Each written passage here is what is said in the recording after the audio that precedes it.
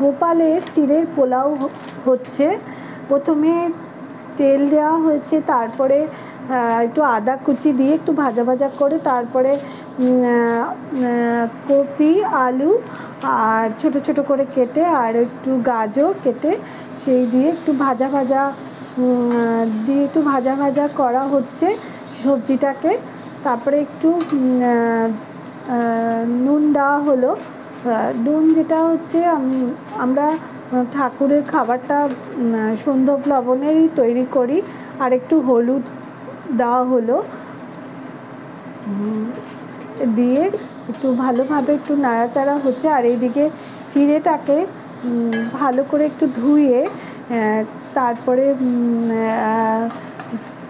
এর মধ্যে দিতে হবে।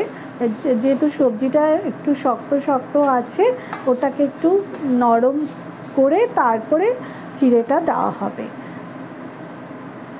একটু জিরা ধনে গুঁড়ো একটু দেওয়া হলো ওর মধ্যে।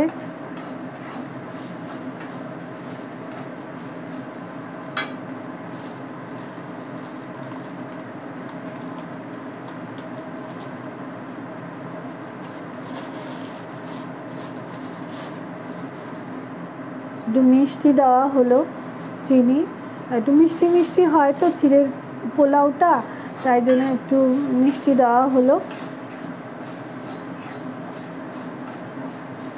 হয়ে এসছে। এখন চিড়েটা দেওয়া হবে। চিড়েটা দেওয়া হলো, চিড়েটা দিয়ে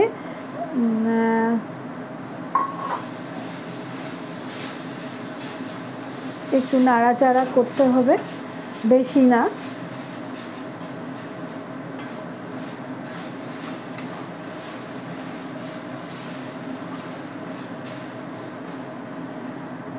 এইভাবে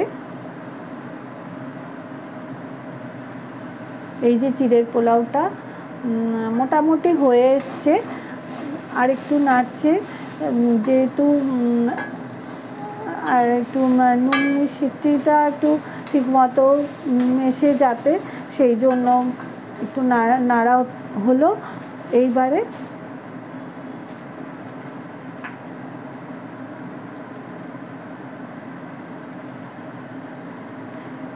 একটু ঘি দেওয়া হয়েছে, আগেই সেটা দেওয়া হয়ে গেছে। তো মানে সবজিটা দিয়ে ছাড়ার আগেই একটু ঘি দিয়েছি, তখনই দেওয়া হয়ে গেছে। আপনারা পরেও দিতে পারেন, হয়ে আসার সময় একটু ঘি দিয়ে নামিয়ে রাখতে পারেন। আমার যেহেতু আগেই আমি দিয়েছি, তাই জন্য আমি এখন আর ঘি দিলাম না, হয়ে গেছে।